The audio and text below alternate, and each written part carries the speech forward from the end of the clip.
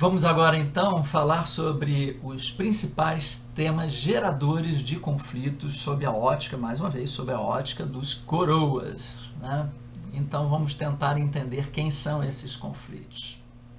O primeiro, bem polêmico por sinal, diz respeito ao relacionamento, né, dos nossos filhos, relacionamento social, amoroso, sexual, né, e que boa parte dos pais tem dificuldades em trabalhar, em administrar isso no relacionamento com seus filhos. Vamos falar um pouquinho sobre sexo, por exemplo, né, e sobre a questão que afeta a meninos e rapazes, sobre a pressão pela primeira vez. Essa pressão pela primeira vez, posso garantir que os pais, né, pais homens que estão aqui assistindo a apresentação, lembrarão dos seus primeiros momentos de vida, onde a sociedade começa a dizer para o rapaz que já é assim, adolescente, já está tendo os primeiros sinais de sua puberdade, etc. e tal, que ele agora precisa experimentar pela primeira vez o sexo, né? Principalmente quando aquela questão envolve a orientação, na verdade, a formação de sua sexualidade, né? E isso é uma das coisas que mais trazem malefícios para a vida do menino, do rapaz, né? Se ele não tem uma orientação correta em sua vida sexual, quando começar, como fazer, os medos que todos eles sofrem, etc. e tal, é muito possível que nós tenhamos aí um menino, um rapaz com problemas emocionais para conduzir com tranquilidade e ter prazer, ter felicidade na sua vida sexual, né? Sobre as meninas e moças é o contrário, é a pressão pela não primeira vez, né? Minha filha, você só pode ter sexo depois dos 18, depois dos 21, ou depois que casar, ou não pode fazer sexo com o primeiro namoradinho que te aparece, ou a namoradinha, não é mesmo? Então, também é outro fator que traz muito dano. E esse paradigma precisa deixar de existir. Homens e mulheres, apesar de terem fisiologicamente diferenças, né, e emocionalmente também tem diferenças, eles não podem ter orientações em relação à sua vida sexual de uma maneira distinta. Todos precisam ser orientados no sentido de estar preparado para viver com tranquilidade, viver bem, quando iniciar a sua vida sexual, né? Quando transar com o namorado ou com o ficante, existe o certo e o errado para isso? Bom, podemos admitir que uma criança que tem 8, 10 anos de idade não tem nenhuma formação ainda sobre a sua sexualidade. Ela já começa a desenvolver, claro, diversos sintomas da sua sexualidade desde criança, né, desde bebê, mas assim, estar preparada para ter o primeiro momento sexual da vida dela, não existe um tempo certo, né? É aos 13, aos 15, aos 18, aos 21 ou qualquer idade. Isso depende do preparo emocional do indivíduo para ter a sua experiência. O fato é que a gente não pode e não deve, né, misturar sexo com amor. A sexualidade está ligada diretamente aos instintos, né, do ser humano como um animal, racional, mas um animal que sente instinto, que sente desejo, né? E o amor é um sentimento, tramita na emoção, né? E ele não está atrelado ao sexo. Portanto, é importante que a orientação não seja só faça sexo com amor. Na minha opinião, Isso não tem nenhuma relação entre uma coisa e outra. A única relação que existe é que fazer sexo com amor é muito mais prazeroso, né? Porque você está fazendo aquilo com uma pessoa que você ama. Mas isso não significa que um indivíduo não possa fazer sexo com outro indivíduo sem o envolvimento de um sentimento mais sólido como o amor. Vamos falar também sobre a questão do que se chamava antigamente de opção sexual, porque entendia-se que aquilo era uma opção, e hoje, sob o ponto de vista psicanalítico, psicológico, sabemos que isso é uma orientação, e orientação significa que há um componente dentro do indivíduo, dentro da sua genética ou da sua personalidade, que leva esse indivíduo a se orientar sexualmente para um lado ou para o outro, seja hétero ou seja homoafetivo. E a gente tem que largar desse preconceito de que a orientação homoafetiva é uma doença.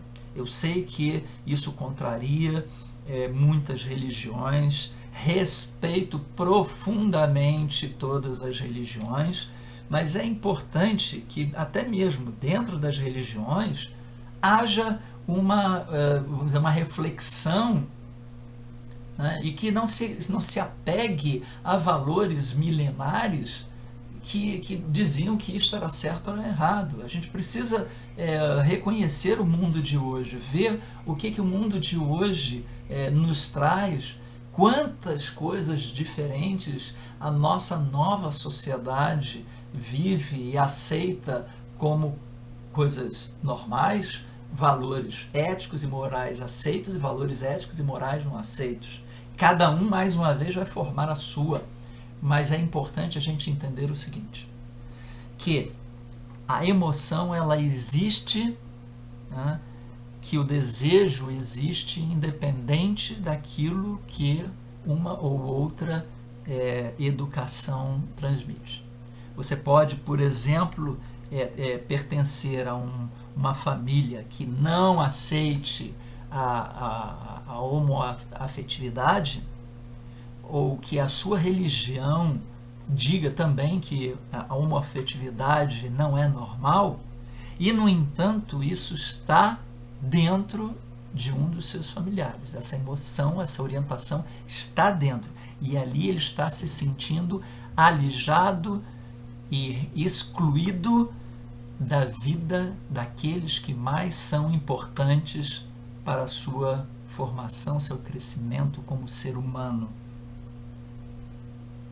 Será que você, pai ou mãe, que não aceita essa orientação sexual, já parou para pensar em que dano isso está causando para o filho ou filha que tem como orientação a homoafetividade?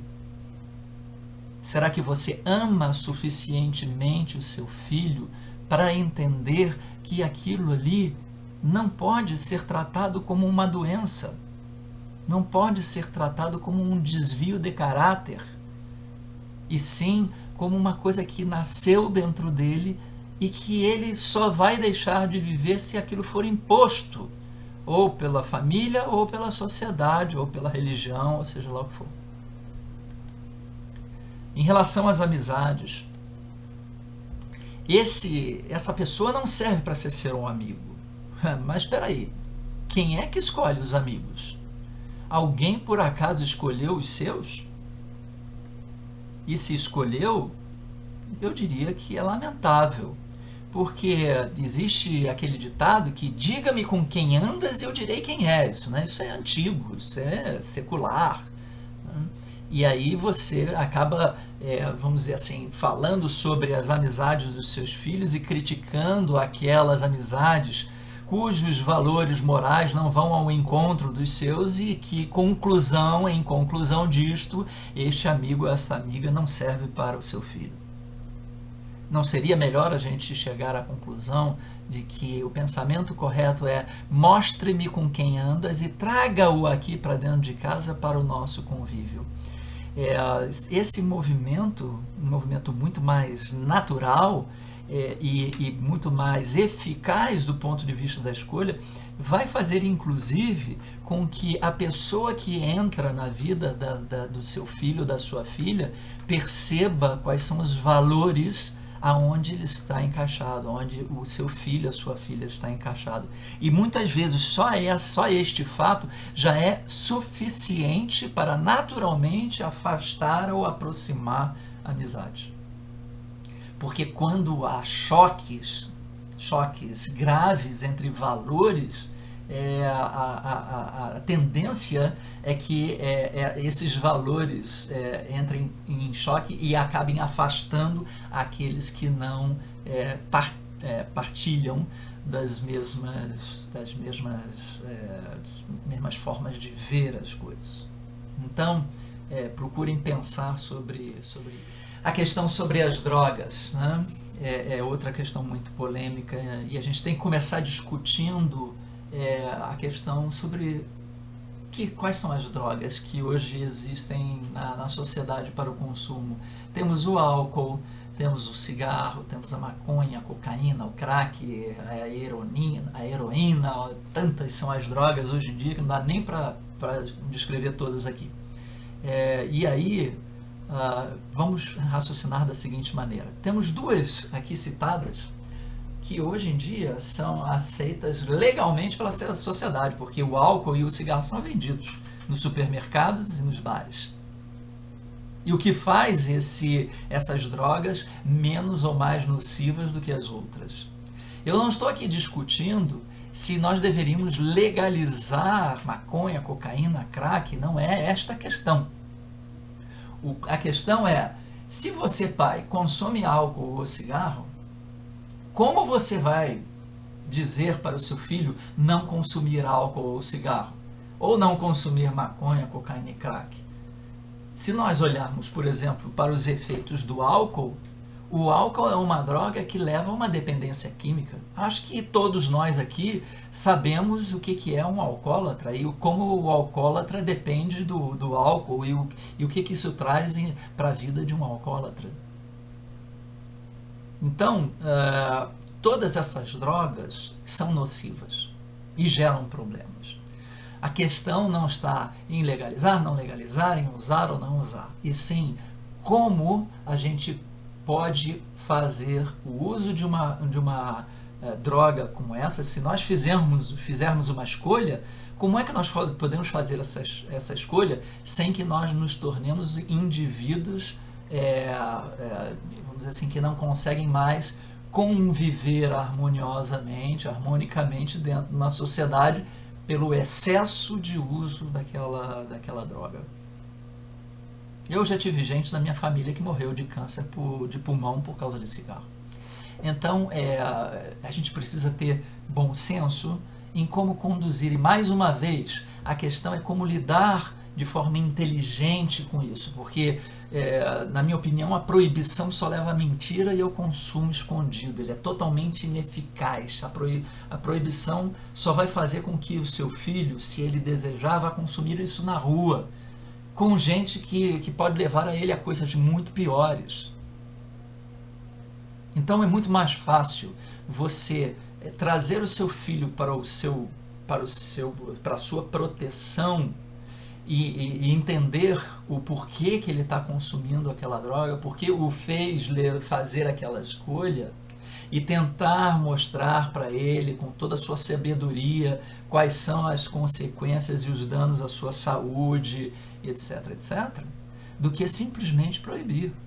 Eu conheço inúmeros casos de pais que proíbem seus filhos de beberem álcool, de fumarem cigarro, e o filho está lá na rua se enchendo a cara e só chega em casa quando o efeito do álcool passa. Às vezes está claro que o álcool foi consumido e o pai e a mãe preferem até fazer vista grossa para não criar um conflito, ou cria um conflito e coloca de castigo, bate, etc e tal, e o filho vai querer continuar porque ele está inserido dentro de uma sociedade e ele vai voltar a fazer isso lá fora, porque lá fora a sociedade que ele vive, o grupo que ele vive consegue convencê-lo de que aquilo é bom.